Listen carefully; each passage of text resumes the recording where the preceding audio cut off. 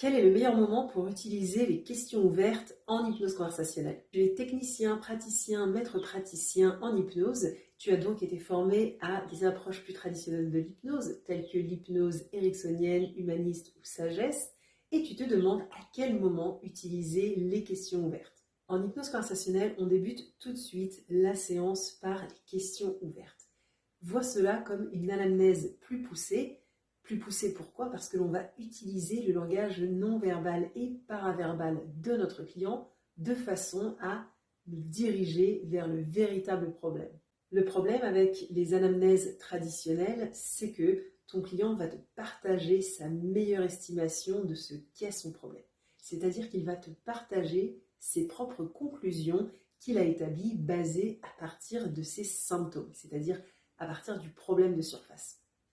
Si tu ne prêtes pas attention aux moments inconscients, c'est-à-dire aux indices de la communication non verbale et paraverbale de ton client, alors tu risques de manquer le véritable problème et d'adresser le problème symptomatique séance après séance. Le meilleur moment pour procéder aux questions ouvertes en séance d'hypnose conversationnelle, c'est donc dès le début de la séance. Hypnose conversationnelle, on appelle cette phase l'interview hypnotique.